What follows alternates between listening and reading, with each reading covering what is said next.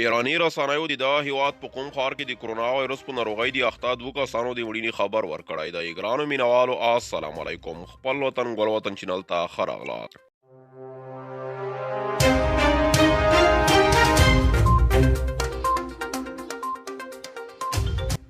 د ایران د عامې روغتیا وزارت چارواکو تایید کړې ده چې په تیرو 2 ورځو کې د دغه هیواد په قم ښار کې د کرونا وایرس ناروغۍ مشکوکې پیښې لیدل شوي او شکمن کسان په قرنطین کې راوستل شوي. ایران له دې وړاندې د کرونا وایرس ناروغۍ د مخنیوي لپاره په خپلو هوایي ډګرونو کې د کلکو روغتیایي تدابیرو د نیولو خبر ورکړی. په ایران کې نږدې 2.5 میلیونه افغان مهاجر ژوند کوي او هر ورځ سلګونه ایرانی او افغان مسافر دواړه هیوادونو ته تګ راتګ کوي.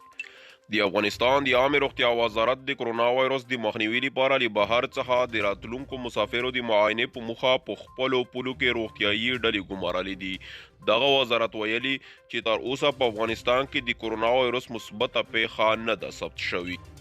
کرونا وایرس د لومړي ځل لپاره د 2019 کال په ډسمبر کې د چین د هوبی ولایت په ووهان ښار کې تشخیص شو. تر اوسه شاوخوا 15,000 تنه د نړۍ په مختلفو هیوادونو کې پر دغه ناروغۍ اخته شوي. د دغې ناروغۍ له امله په چین کې څه باندې 2000 کسه مړه شوي او دغه راز په جاپان، فیلیپین، فرانسه او تایوان کې د 1 کس د مړینې راپور ورکړل شوی دی.